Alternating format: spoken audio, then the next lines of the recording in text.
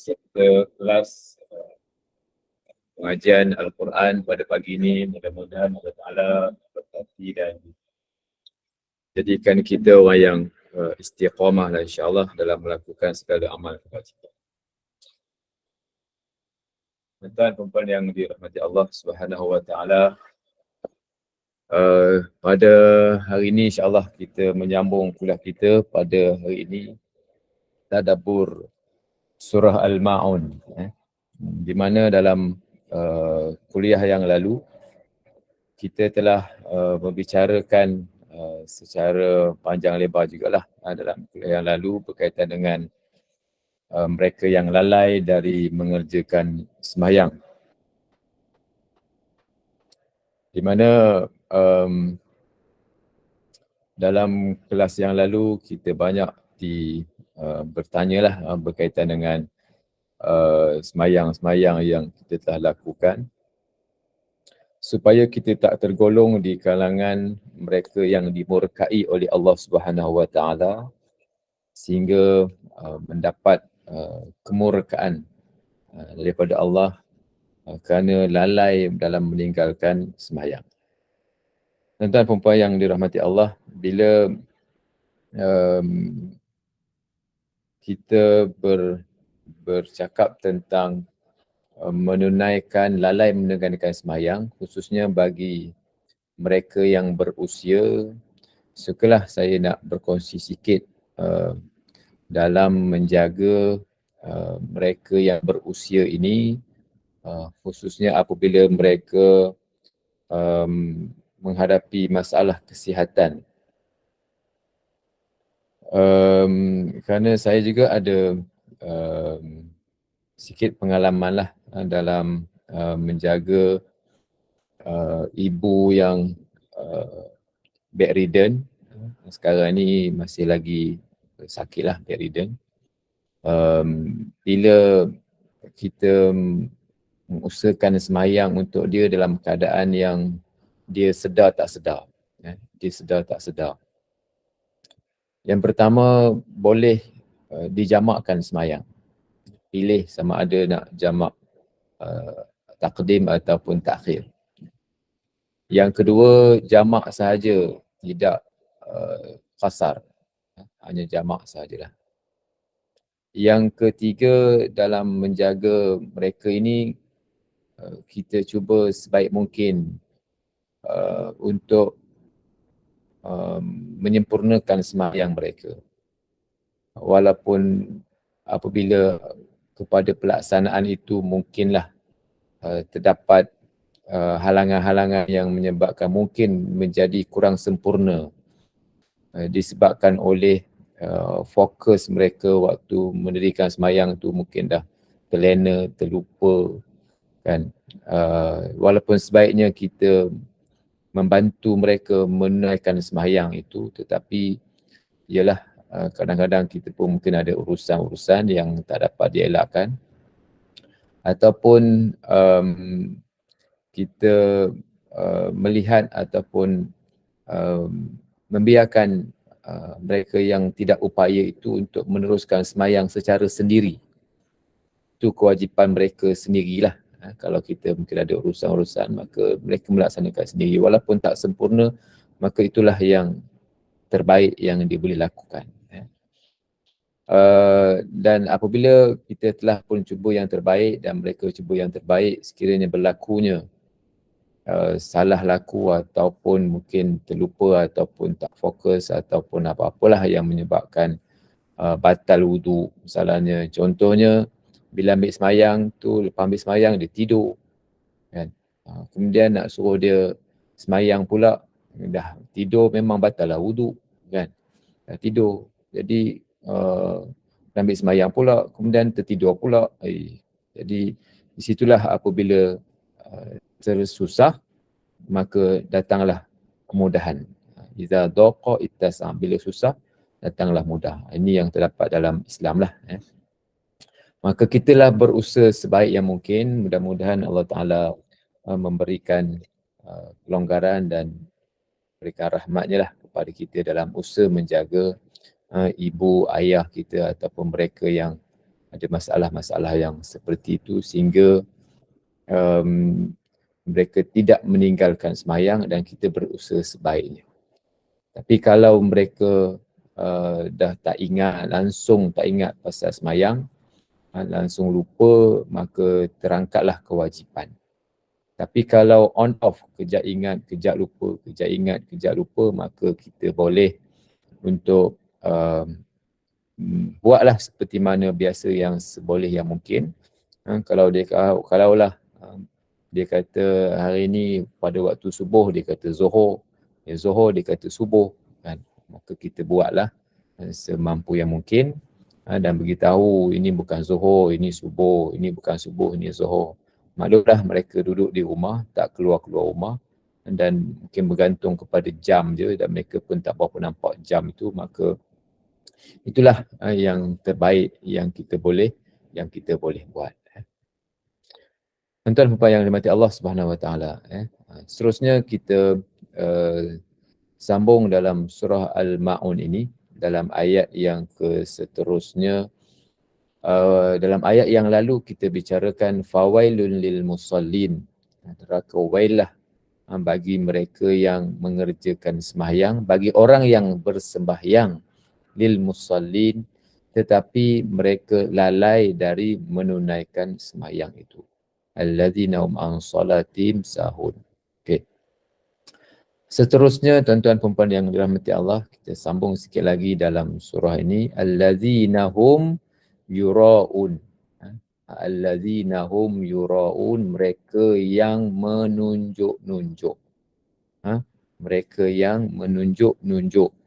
Alladzina hum yura'un, mereka yang menunjuk-nunjuk. Tetapi tidak disebutkan menunjuk-nunjuk apa. Umum sahaja dalam ayat ni.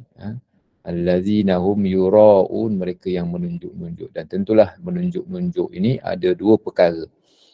Satu, menunjuk-nunjuk kepada perkara ibadat. Yang kedua, menunjuk-nunjuk dalam perkara yang bukan ibadat.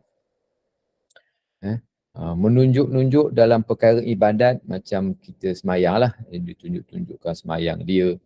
Dia tunjukkan, dia menyebut-nyebut tentang zakat dia, tentang baca Quran dia. Ataupun dia masukkan dalam Facebook dia, dia kata dia tulis perkataan dan, contohnya D-O-N-E, dan dia upload ataupun dia bagi tahu tu pada pukul 5:30 pagi contohnya, kan.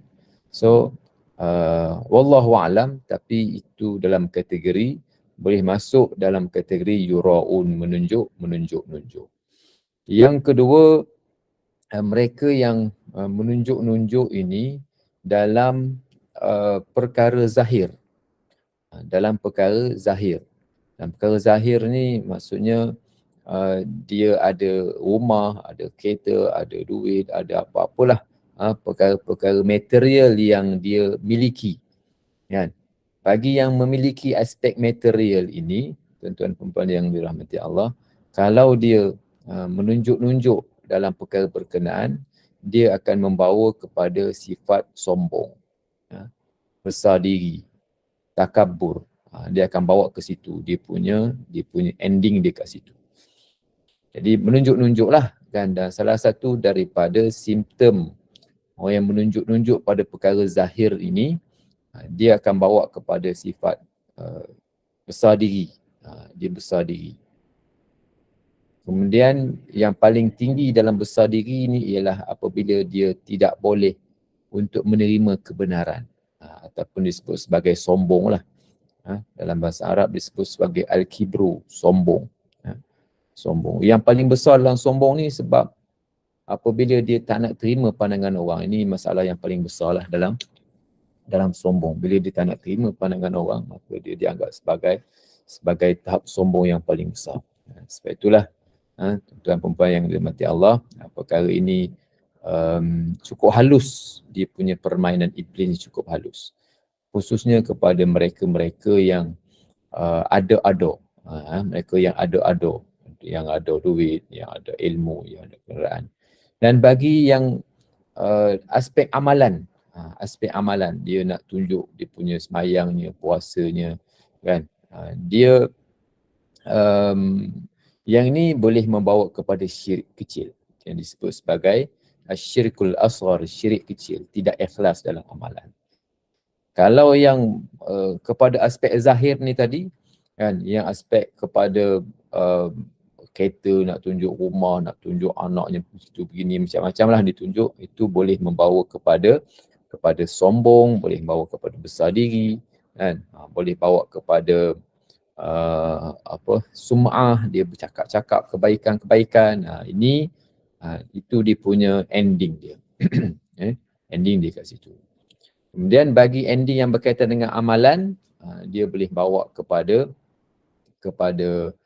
syirik kecil. Dia tak sampai syirik besar, tapi syirik kecil. Dalam hadis banyak menyebutkan tentang bagaimana Allah Ta'ala di akhirat nanti bagi tahu ataupun jelaskan kepada mereka-mereka yang suka menunjukkan amalan sedekah, amalan ni. Kata Allah Ta'ala, kamu pergi kepada mereka yang kamu tunjukkan dulu.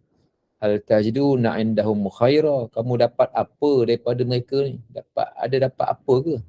Gitulah dalam hadis yang disebutkan memberi amaran kepada mereka yang suka menunjuk-nunjuk dalam aspek amalan ini. Perbezaannya sangat halus. Saya sebutkan bahawa perbezaannya sangatlah halus. Yakni perbezaan dia antara tunjuk dengan menunjuk-nunjuk. Tunjuk ni amalan zahir. Tunjuk amalan zahir. Ditunjukkan puasa dia, ditunjukkan ni. Tetapi menunjuk-nunjuk ini ialah amalan batin. Menunjuk-nunjuk ni amalan batin. Walaupun ada simptom pada zahirnya, tapi saya membezakan di antara dua perkara ini. Satu, tunjuk, kita memanglah tunjuk. Saya pakai baju baru, saya pakai kereta baru, saya pakai telefon baru, saya ada rumah baru, tunjuklah, takkanlah tak tunjuk. Takkanlah nak tutup kereta, nak tutup rumah, tak nak tunjuk langsung, tak, kita tunjuk. Itu kita tunjuk. Kereta yang kita ada, itu aspek zahir. Puasa amalan yang kita ada, kita tunjuklah, kan. Tapi taklah keterlaluan sehingga sampai menunjuk-nunjuk. Okay, menunjuk-nunjuk ni yang pertama dia amalan hati. Menunjuk-nunjuk ni dia bermula dengan amalan hati. Amalan hatinya, kan, dia nak dipuji, dia nak disebut-sebutkan kebaikan dia. Dia perasaan nak itu, nak penghargaan daripada manusia, nakkan pujian daripada manusia. Bila rasa nak itu, maka datanglah dia punya tindakan-tindakan yang seterusnya. Apa tindakan yang seterusnya? Kan, mungkin dia membuat coretan ciapan dalam media sosial, ataupun dia selalu bersembang-sembang dalam perkara berkenaan, ataupun dia nampak lain sikit lah, kan, dia punya penampilannya, dia punya apanya nampak lain sikit. Itu boleh membawa kepada menunjuk-nunjuk. Tetapi tuan-tuan perempuan yang dirahmati Allah, ketika mana kita melaksanakan semua amalan ini, memang bisikan-bisikan halus akan sentiasa membisikkan dalam telinga kita. Betul tak tuan-tuan? Bila kita tengah semayang, bila kita baca Quran, kan, kalau saya contohnya jadi imam, kita baca panjang sikit, sedaplah kesal kau, kan. Dia timbul dalam hati tu, pun dia masuk kat telinga kita, bisik kat telinga kita. Kita pun sonok dah juga, kan. Bila kita rasa nak tunjuk itu, nak tunjuk kat siapa, kan. Tapi memanglah serangan-serangan halus ini, serangan hendap, kita panggil serangan hendap ni, dia memang berlaku, dia masuk dalam minda kita, masuk dalam fikiran kita, akhirnya kita terpedaya, kita terpesona, akhirnya kita terikut-ikutlah dengan bisikan-bisikan itu sehingga kita menjadi melarut dalam amalan kita. Kita ikut je kehendak. Ini ialah benda yang tak nampak kan, tuan-tuan dan puan. Dia bisik dalam telinga kita. Ini yang menyebabkan hati itu mungkin terkesan. Yang menyebabkan hati kita mungkin terkesan, akhirnya kita terpedaya dengan bisikan-bisikan tadi. Namun sekiranya kita tersedar, kita istighfar, kita tarik balik, kita taubat, kita tak maulah kan semula ataupun kau ni setan celaka betul kan. Kita menyebut-nyebut supaya menandakan bahawa kita tak redha perkara itu berlaku, disebabkan oleh kelalaian kita, kealpaan kita yang mungkin menyebabkan kita terpedaya dengan bisikan-bisikan. Jadi Ustaz, kalau mereka yang terlibat dengan bisnes macam mana Ustaz? Kan mestilah menunjuk-nunjuk juga kan. Jadi ikutlah keadaannya. Ikutlah keadaannya. Kalau itulah keperluannya, maka ikutlah. Sebab dalam dunia bisnes hari ini memang itu antara keperluan lah. Sebab dia kena buat konten. Yalah, bila dia buat homestay contohnya kan, dia kena tunjuklah dia punya homestay dia kan. Kalau dia buat berniaga alat-alat makeup contohnya kan, dia kena tunjuklah benda-benda yang makeup tadi. Tapi benda-benda macam ni perlu ada limitasi-limitasi yang tertentu kan, supaya tidak melanggar syariat. Yang kedua, tidak melanggar adab. Apa melanggar syariat? Melanggar syariat yang jelas, contohnya tak menutup aurat. Ini memang melanggar syariat yang jelas. Yang kedua, kalau dalam bisnes yang menunjuk-nunjuk ni tadi, tidak melanggar akhlak Islam. Apa maksud akhlak Islam? Maksudnya ialah kepribadian sebagai seorang Muslim. Sesuai ke tidak dia mempunyai penampilan cara yang sebegitu. Apa yang saya maksudkan dengan akhlak ini? Contohnya kalaulah orang lelaki contohnya, dari sudut hukum syariat dia, aurat dia antara pusat dengan lutut. Itu dia punya apa orang panggil syariat dia, antara pusat dengan lutut. Tetapi bila cakap tentang akhlak, dia perlu mempunyai set pakaian yang sesuai mengikut keadaan. Datang pejabatnya macam mana, datang duduk kat rumah macam mana, duduk di luar rumah macam mana.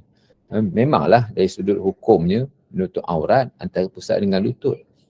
Kesesuaiannya, begitu juga penampilan kita dalam media kan, dalam media. Jadi ini sesuatu perkara yang pentinglah untuk dijaga dalam bab akhlak ini kan, supaya tidak keterlaluan sebab dia bercanggah dengan akhlak Islam. Ustaz, orang tu boleh, saya tak boleh. Kan? Bukan masalah orang tu boleh, saya tak boleh. Tapi masalahnya apabila satu-satu amalan itu tak sesuai untuk dia. Kan? Contohnya, kan, kalau budak 15 tahun, okey je dia tak pakai baju. Dia pakai seluar, tak pakai baju, naik basikal keliling kampung, tak ada masalah sebab umur 15 tahun. Tapi kalau imam, umur 50 tahun, naik basikal tak pakai baju, jadi masalah. Kan? Tak boleh lah, kenapa budak tu boleh, saya tak boleh, ni double standard agama ni tak betul. Bukan masalah double standard, sebab kan, standard imam dengan standard budak 15 tahun tak sama standardnya. Janganlah sama standard. Kan? Jadi kalau nak sama, waktu umur 15 tahun tu boleh lah. Kan? Tapi bila dah berusia dah tak boleh lah. Kan? Begitu juga dengan orang perempuan. Penampilan kita di alam maya, kan, dalam media sosial, dalam Facebook lah khususnya, kan, orang tutu ni, kita yang berusia ni, medan kita Facebook lah, IG jarang lah kan, dan kalau TikTok lagi lah jarang. Kan? Tapi kalaulah berusia 15 tahun, mungkinlah nak melompat-lompat tu mungkin okey lagi. Tapi kalau 51 tahun nak melompat-lompat ni, kan, jadi berat ceritanya. Kan? Tak menggambarkan akhlak yang baik. Kan? buruk ke Ustaz? Tak tahulah, sendiri mau ingat lah. Dah jadi opah, umur dah 55 tahun. Jadi sesuaikanlah dengan usia berkenaan. Kalau 25 tahun okey lagi. Kan? Jadi kenapa ada yang ni boleh ni tak boleh Ustaz? Kerana standard dah tak sama. Kenapa ustazah, kerana ustazah merungut Ustaz, kenapa kami ustazah ni, ustazah tak boleh pakaian begitu, tak boleh pakaian begini. Jadi engkau ustazah. Jadi tak sama ustazah dengan orang biasa. Oh, tak boleh macam ni Ustaz, agama Islam kan memanglah. Kan? Memanglah agama ni sama, baseline sama.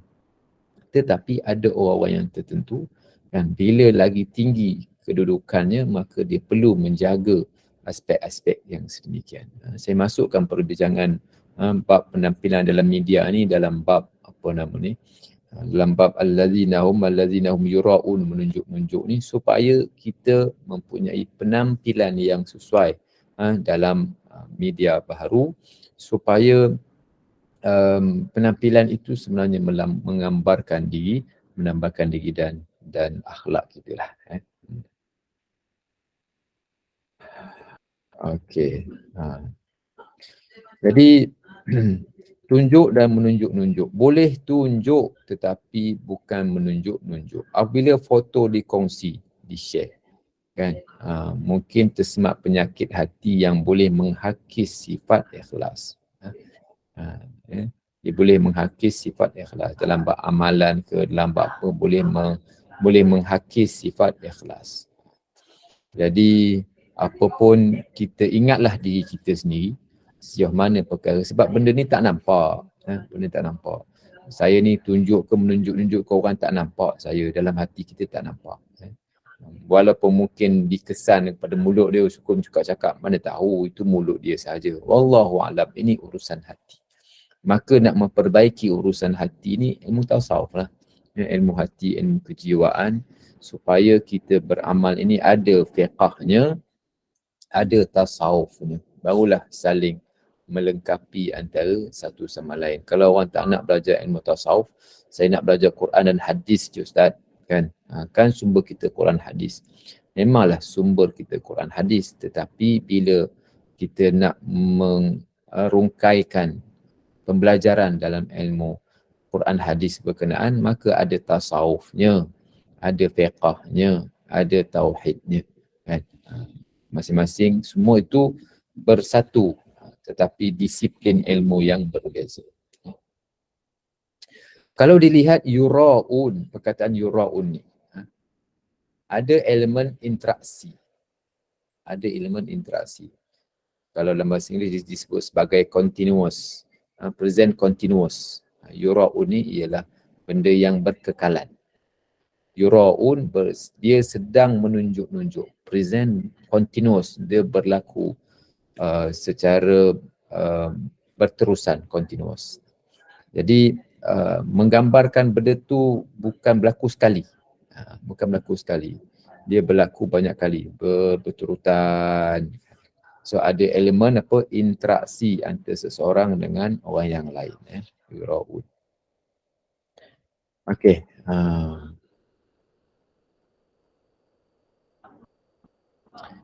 Ini kita dah bincangkan lah. Dah bincangkan dalam kuliah yang lalu, tiada erti solat kalau lalai. Allazina hum dan allazina hum yura'un wa yamna'un al-ma'un.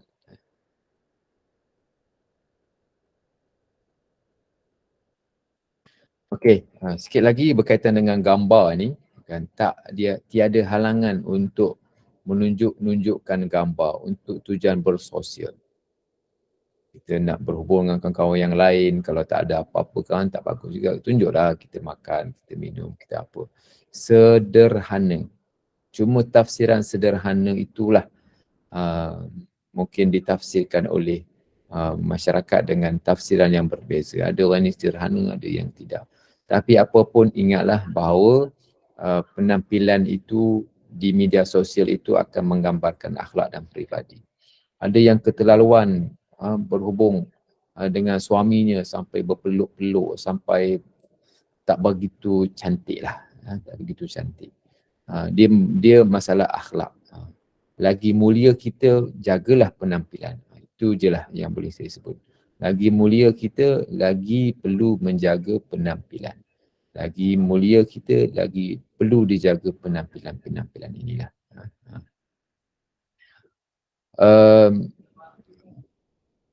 Okay.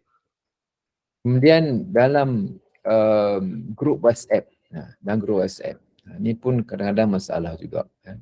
Masalah juga. Sebab terdapat mereka-mereka yang sering menunjuk-nunjuk perbuatan mereka dalam grup WhatsApp. Taman ke, satuan ke, dalam grup WhatsApp lah. Kan? Dia menunjukkan dia dapat itu, dia tunjuk gambar ni, tunjuk gitu, tunjuk begini. Kan? Yang mungkin menimbulkan perasaan yang kurang senang pada ahli grup yang lain. Tak tahulah tuan-tuan perempuan. Tapi kadang-kadang kalau banyak sangat gambar dia, sekali dua okeylah kan. Sekali dua okey. Tapi banyak sangat ni masalah. Kan? Yang pertama menyebabkan telefon orang jadi penuh. Yang kedua gambar dia je. Kan? Dia pergi jalan makan angin, dia anak cucu dia datang, dia makan. Dia pergi buat itu, buat ini, semua dia nak masukkan dalam grup WhatsApp. Kalau dalam Facebook dia tu tak kisahlah, kalau orang tak nak, orang hide kan dia punya story dia. Tapi bila masuk dalam grup WhatsApp ni, berpada-pada lah. Kita kata berpada-pada. Timbangkan keadaan-keadaan yang sesuai supaya kita tidak dilihat sebagai menunjuk-nunjuk. Tunjuk tak apa, tapi jangan menunjuk-nunjuk. Macam mana simptom yang menunjuk-nunjuk kalau dalam grup WhatsApp ni, kalau banyak dipostkan. Sehari 5 kali post gambar dia makan. Sehari 5 kali gambar dia dengan cucu-cucu dia. Kan? Sehari banyak sangat. Jadi berpadalah. Berpada. Sekali dua tak apa. Kan? Supaya kita ada mempunyai sifat apa kita kata menghormati orang-orang yang lain.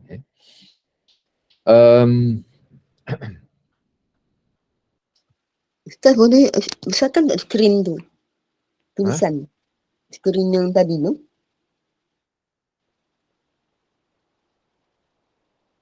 Ni. Nak tunjukkan skrin tadi. Nak baca apa tu. Warna kuning tadi tu. Ni ke?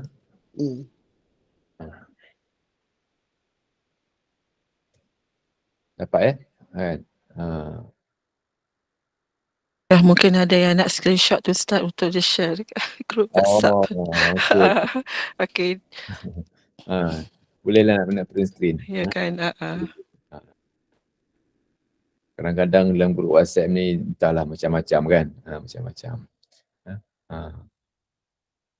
Boleh bagaikan menunjuk-nunjuk, mahu menunjuk-nunjuk, bagaikan dia orang yang hebat, yang penting kan. Apa pun keywordnya berpada-padalah. Kita tengoklah kalau orang tak ada reaksi apa-apa posting tu, maknanya orang tak suka lah. Kalau orang tak suka tu, kita janganlah buat. Okay. Seterusnya kita bila bab allazina hum yura'un ini, kita tak menganggap diri kita ni baik. Kita tak menganggap diri kita ni lebih baik daripada orang lain. Tapi kita cuba yang terbaik. Kita cuba yang terbaik. Bukan kita ni bajet bagus. Tapi kita cuba yang terbaik supaya bimbang. Di awal kita ni baik, na'udzubillah. Di hujung kita tak baik tu, na'udzubillah min zalika. Kita minta lindung. Kita nak permulaan kita baik, pertengahan hidup kita baik, di hujung ni baik. Itu yang kita nak. Kita juga tak nak, kalau apatah lagi kita tak nak kalau mula-mula tak baik, ujung tak baik. Itu lagi lah tak nak. Kita juga tak nak kan awalnya baik, hujung yang tak baik. Kerana akan dikira di sisi Tuhan ialah di hujung pengakhiran hidup itu yang dikira di sisi Tuhan. Jadi kalau dalam periksa kat universiti ke kat mana kan, dia ambil kira daripada tahun 1, tahun 2, tahun 3, 4, tahun 4 dikira kumulatif. Sikit-sikit. Tapi dalam bab agama tuan-tuan, dia ambil dikira husnul khatimah. Di hujungnya. Husnul ke baik ataupun tak baik. Dianggap dia letakkan pada hujungnya itu. Ini yang dikira dalam agama kita lah. dikira pada hujungnya. Jadi sebab itu kita perlu untuk mempunyai sifat berhati-hati dalam soal ni supaya kita tidak terlalai. Tidak terlalai daripada segala bisikan ini, bimbang lah, bimbang di atas pelbagai kebimbangan, nanti kita terpedaya. Kita anggapkan diri kita ni masih lagi tak baik, perlu memperbaiki diri, kan? Maka saya pun pergi juga mendengar kuliah agama ustaz-ustaz lain. Saya juga pergi, kita maknanya berusaha memperbaiki diri, mendengar nasihat orang lain, tidak menganggap diri saya boleh bercakap kuliah, oh ini baik ke tak. Kita perlu untuk mendengar orang lain juga supaya, kan, sekurang, bukan kita tak tahu, mungkin kita dah tahu, mungkin kita tahu lebih baik daripada, tapi kita nak jadikan supaya diri kita ni, kan, sentiasa merasa kurang sempurna, supaya sedia dibimbing dan supaya kita menjadi orang yang baik, kan.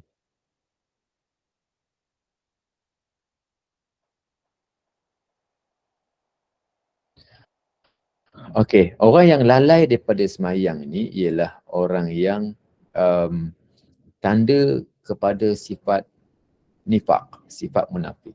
Orang yang lalai di semayang ni, kan, antara tanda kepada penyakit, ada penyakit hati, penyakit nifaq. Ni antara tanda yang besar lah.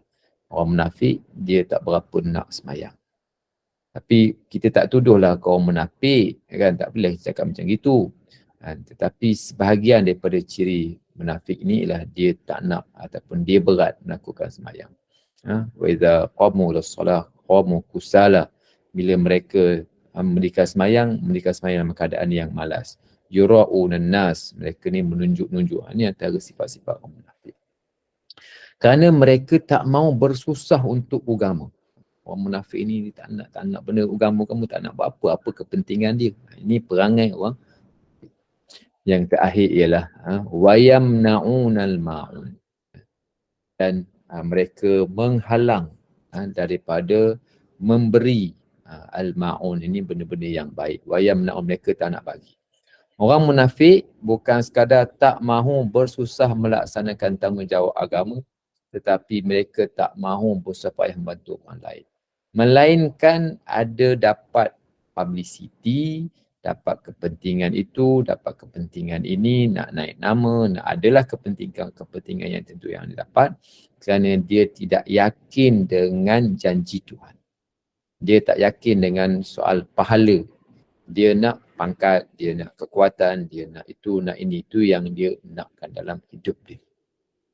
Jadi ayat ni secara jelas Allah Ta'ala mengingatkan supaya kita tergolong di kalangan mereka-mereka yang menghalang melakukan kebajikan, kerana orang yang menghalang melakukan kebajikan ini sebagaimana ayat awal, ara'aital ladzi yukadzibu biddin, orang yang mendustakan agama. Orang yang mendustakan agama ni sama ada dia orang kafir langsunglah, kan. Dalam ayat ini, kan, orang yang tak nak bagi anak yatim, orang yang semayang menunjuk-nunjuk, orang yang menghalang daripada kebajikan, ini sebahagian daripada sifat-sifat buruk yang ada pada orang Islam.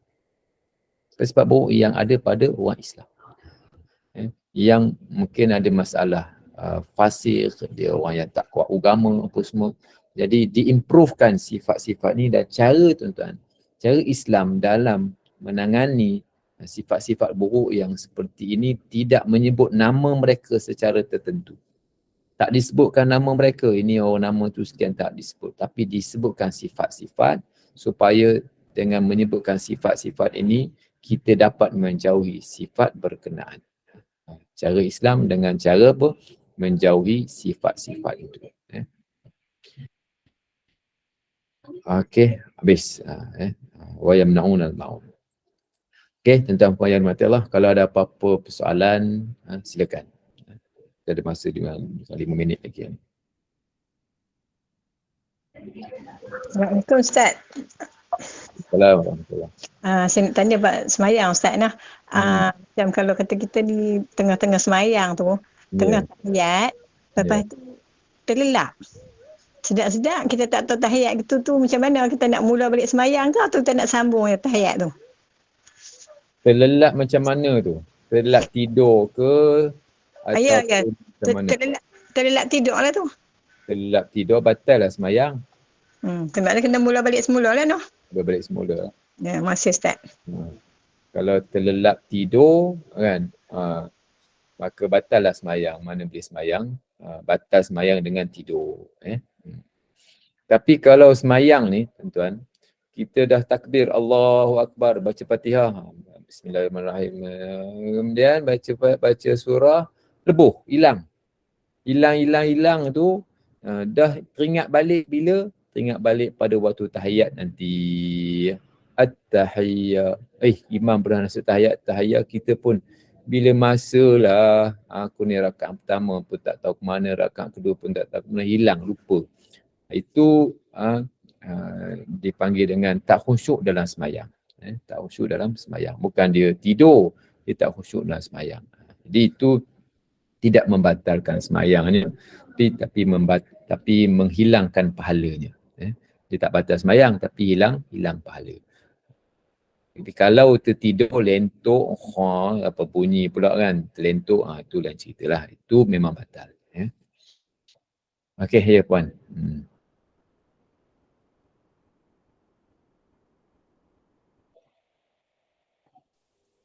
Assalamualaikum Ustaz. Waalaikumsalam warahmatullahi wabarakatuh. Yang kita share, yelah kalau kita ada kegembiraan macam anak cucu yang berjaya ke, yang dalam kita macam nak share kepada orang ramai yang kegembiraan tu kan dalam grup yang kecil, maknanya kerabat, dalam kumpulan kerabat yang kecil lah, bukan Facebook kan. Maknanya tu itu kira macam menunjuk juga ke Ustaz ataupun macam mana? Kalau sekali-sekala okeylah puan. Sekali-sekala. Tapi kalau ditunjuk hari ni ditunjuk cucu dia dapat siana, kemudian hari ni pula ditunjuk dia makan apa, kemudian hari tu apa hari jadi orang pun yalah. kan, gitulah. Kalau kita lah dapat apa nama ni, tunjuk cucu kita dapat berjaya convocation macam mana kan. Hari ni saya pergi menziarahi ataupun pergi sama-sama dengan cucu menyambut cucu saya, okeylah kan. Boleh saya. Okey, terima kasih.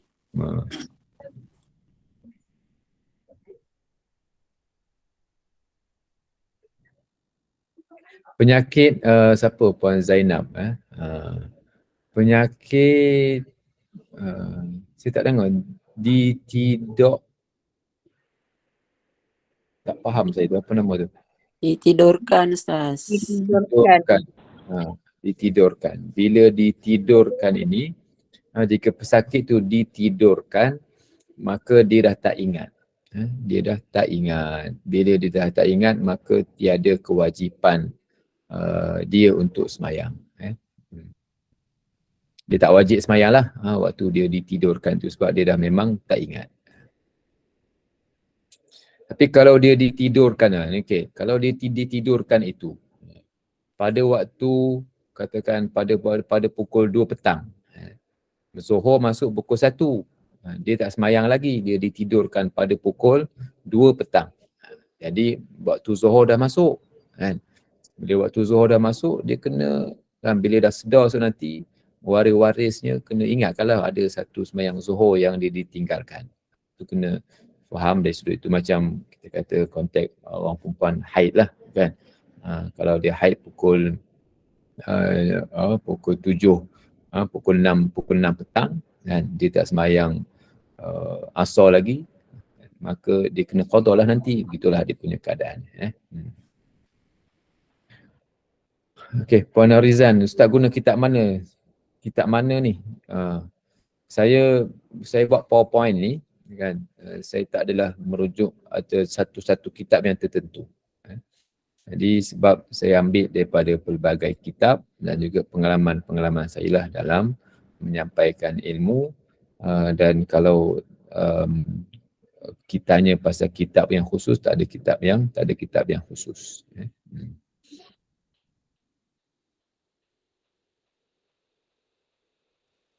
Okey, ada lagi soalan-soalan yang lain-lain? Saya nampak kat sini yang angkat tangan Abdullah Kasim ya. Kita salah tekan.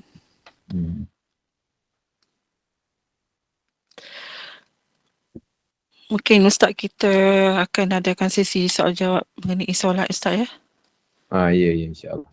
InsyaAllah minggu depan. Okey Ustaz, kita akhiri setakat ini Ustaz ya. Ya, insyaAllah. Tadabbur surat Al-Ma'un. Okay, Alhamdulillah. Jazakallah khairan pada Ustaz Dr. Muhammad Faisal atas kesudian berkongsi ilmu melalui tadabbur surat Al-Ma'un, surah yang ke-107 ini, iaitu beberapa sifat yang dianggap mendustakan agama melalui sambungan ayat 5 iaitu orang yang melalai solatnya, dan ayat 6 mengenai orang yang riak, dan juga ayat 7 mengenai mereka yang enggan menolong dengan barang yang bermanfaat. Iaitu hati yang penuh dengan rahmat dan kasih sayang adalah hati orang yang sempurna imannya. Keimanan akan mendorong untuk jujur dan ikhlas dalam melakukan kebaikan, membantu insan yang memerlukan serta menunaikan ibadah dan mengharapkan keredaan Allah SWT. Dan semoga ianya sedikit sebanyak memberikan kefahaman yang sahih dalam memahami syariatnya dan mengambil ibrah dari surah Al-Ma'un ini. Dan terima kasihlah kepada para jemaah dan juga kepada penaja slot program kita pada pagi ini, dan insyaAllah di lain kesempatan kita akan ada lagi sesi seterusnya insyaAllah Ustaz ya, sesi soal jawab mengenai solat ini. Dan Ustaz kita akhiri dulu dengan tasbih kafarah dan surah Al-Asr. Silakan Ustaz. Bismillahirrahmanirrahim. Wal asri innal insana lafi khusr alladzina amanu wa amilus solihati wa tawassaw bil haqqi wa tawassaw bis sabr. Subhanakallahumma bihamdik asyhadu an la ilaha illa anta astaghfiruka wa atubu ilaik. Sallallahu alaihi wasallam Muhammad wa ala alihi washabbihi ajma'in walhamdulillahi alamin. Terima kasih Ustaz. Assalamualaikum warahmatullahi wabarakatuh. Terima kasih semua. Terima Jumpa kasih, lagi. Ustaz.